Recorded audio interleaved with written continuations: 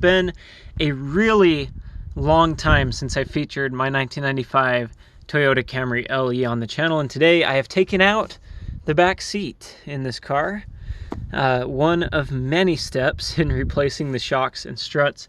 So I'm going to go ahead and continue to pull this off, pull the rear deck lid off. Then we're going to move the car over to the cement pad over here where the Duramax is parked. I'm going to go find some tools, a jack, and hopefully some jack stands so that I can then replace these shocks and struts.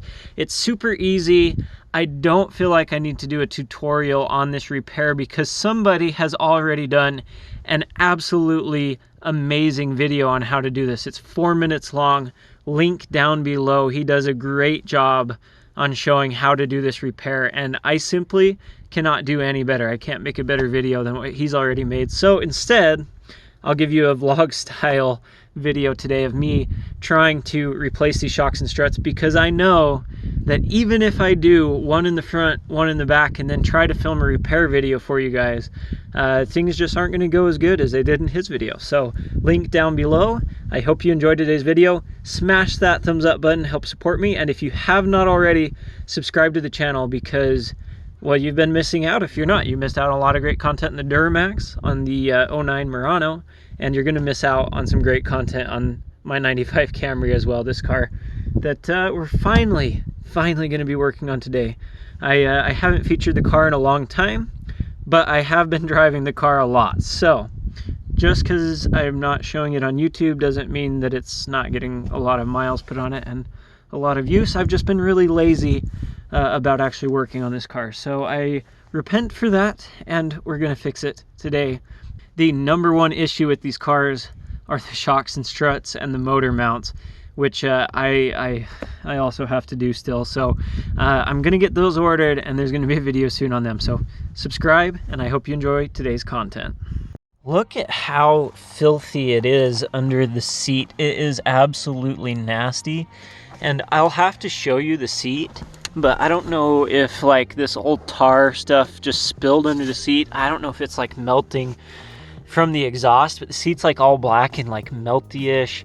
Of course, you can see some wiring there. The seat is so easy to remove. So if you want to replace the seat cushion in your Camry or get it detailed or something, you just grab it and pull it up and pop it out. There's only one clip on each side that holds it in place. So super easy to remove. I'm going to figure out how to take this back panel off because it's got to go as well. My goodness, it took me a minute and a toolkit to figure out how to remove these. There's only one bolt down here at the bottom, and then you just pull up super easy. So hopefully I didn't break anything trying to pull on it, but look at the seat belt tensioner. Check it out. Oh my gosh, this was more of a process than I thought it would be.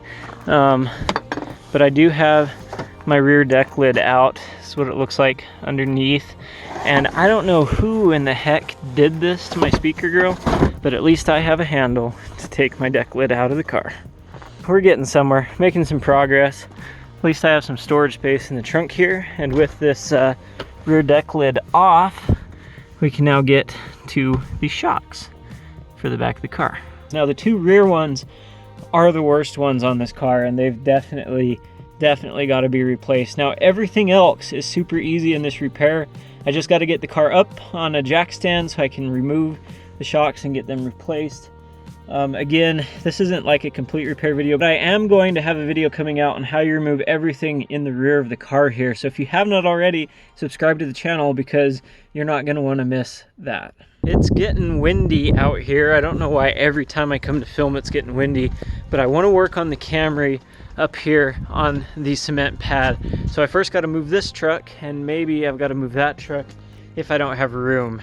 Of course, we've got a trailer right here just chilling. I got way too much stuff in my parking lot right now. Rearranging the parking lot. So there's like this weird hole right here that like slopes down off the pad. So whatever I park here is like always drastically leaning towards the house, which is kind of weird. Let's see if this thing fits up there. Ooh. All right, a little rough landing there. I don't know if we're gonna have to move the Duramax or not. 116,000 miles on the Camry.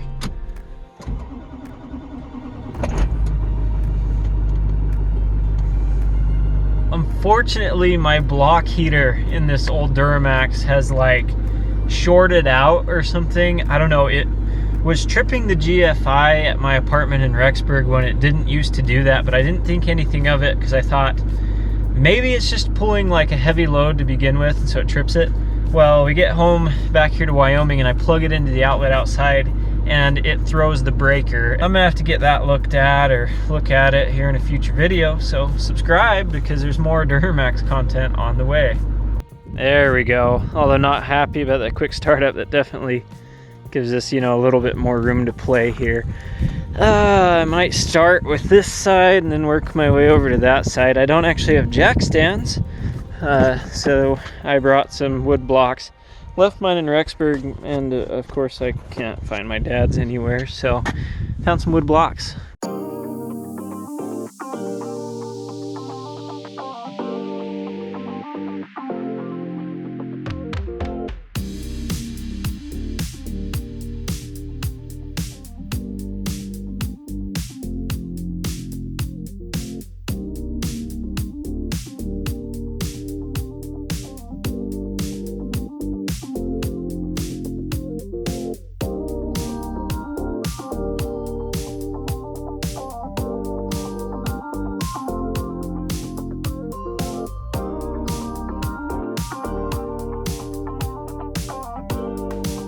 There's always that one bolt, and this one on the Camry tends to be that bolt in the back, kind of between the sway bar linkage here on the shock. So you can put a 5mm Allen wrench socket head into the bolt and then try to twist the nut around it, because the bolt's obviously stationary in between that and the sway bar link.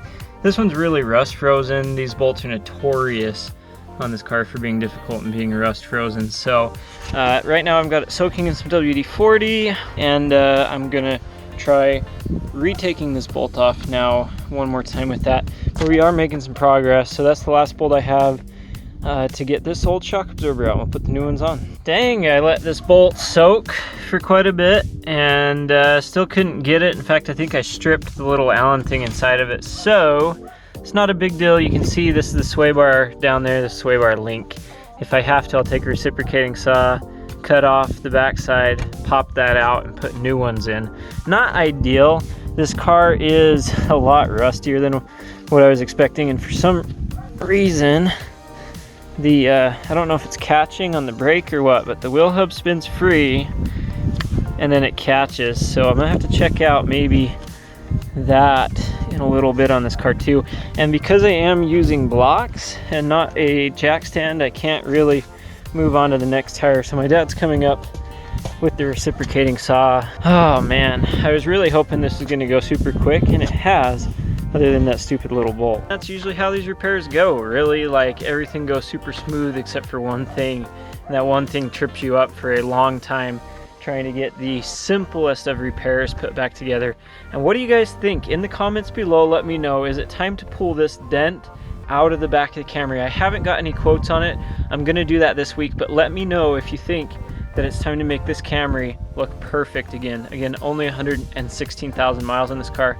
I never thought that I would love driving this car. It's a terrible car in every way, other than it does exactly what it was built to: get great gas mileage, be ultra reliable, and be the perfect commuter. So I really love the Camry. I think it might be time to pull that dent out. Let me know in the comments below, and subscribe to the channel.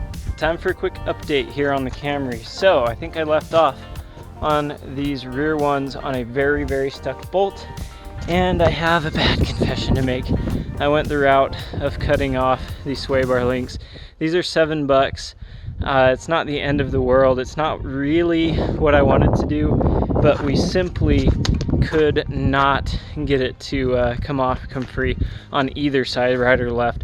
The front, however, I did manage to get off without a problem. All of the bolts were really hard on it, but with some WD-40 and my impact wrench, I eventually was able to get that done. So here's the front. Really, it's super easy. You just take off that brake line mount, undo 2 of those big bolts there, and then you undo the 3 up here, and it drops down and falls out. You can see the brand new shocks here, quite a bit more ride clearance. Here's the old shocks. Here are the old rear ones. Here's the old front one. You can see these sway bar links. They're not in really that bad a shape, but of course the bolts are frozen, so we'll get some new ones of those. Definitely overdue for shocks. If your car has over 100,000 miles, you want to replace the springs too. Now the back ones definitely look more worn, show some wear and tear. They just lose their umph after about 100,000 miles. But on these old Toyota cars, these shocks and struts are always going to be bad. I mean, this car only had 109,000 miles on it when I bought it, and they were shot when I got it. So I'm glad to have the new ones in here. Now I haven't put my tire cover back on because these are gonna have to come back off for new sway bar links. And yes, I know I really have to wash this car, but everything's going good. Get the front ones changed and I'll give you an update. And just like that, we are done with shocks and struts on the Camry. This car has an entirely different stance right now. It is crazy how much of a difference new shocks and struts make. I don't know if you can really see it, but the car has a nice even bounce, and as soon as it comes up, it stops bouncing.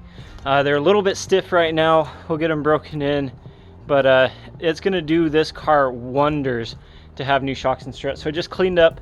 Now I didn't put the back seat together yet. I'm leaving the cord out here because tomorrow I'm gonna go grab the shop vac. We're gonna give the car a good cleaning on the inside. As you can see, everything's still needing put away in the interior of the car there. Brooklyn's given that back seat a really good shampooing. Tomorrow we'll probably, if it's warm, we'll come out and we'll shampoo the rest of the seats in this car. We'll give it a good vacuum, not just in the back seat, but all over, scrub it out real good, clean it up. Obviously the outside of the car, it's really dirty, but I mean, we're in the winter time, the hydrant's froze up right now, and I'm not gonna wash it. We live on dirt roads, but I did have to cut the sway bar links off the back, so I'm leaving the tire hubs off and stuff. I'll keep blocks here. We'll jack it back up when I get those in from eBay. They're about 15 bucks online. I have a really hard time getting parts from Napa or O'Reilly's. They charge 20 bucks a piece for those sway bar links, and I can get them online, the exact same ones, exact same brand, for just over $6 a piece. So yeah, I ordered them and I'll just have to wait. We're not really in need for this car. It's just nice to have to drive around, especially to go to Cody to get groceries or whatever, because it gets such good gas mileage. But when did this car become my project car? It does need a few things done to it, but I'm really excited because I think we're just going to kind of keep going with this car until we have it fully restored to perfect functionality. Not necessarily, we're not going to put a whole bunch of brand new stuff in it, but this car is going to look really good when we're done. It's going to be really clean. It's going to be a really perfect driver, just like it was intended when it was brand new from the factory in '95. So stay tuned to the channel if you're not already. Hit that subscribe button right now, because you're not going to want to miss the upcoming content on this car, on my 02 Duramax, the F-150. Yes, I have content on the way for that, or on the Nissan Murano. If you haven't been subscribed, you've been missing out, so go back and check out those old videos. Follow me on Instagram, link down below, and I'll catch you guys in the morning.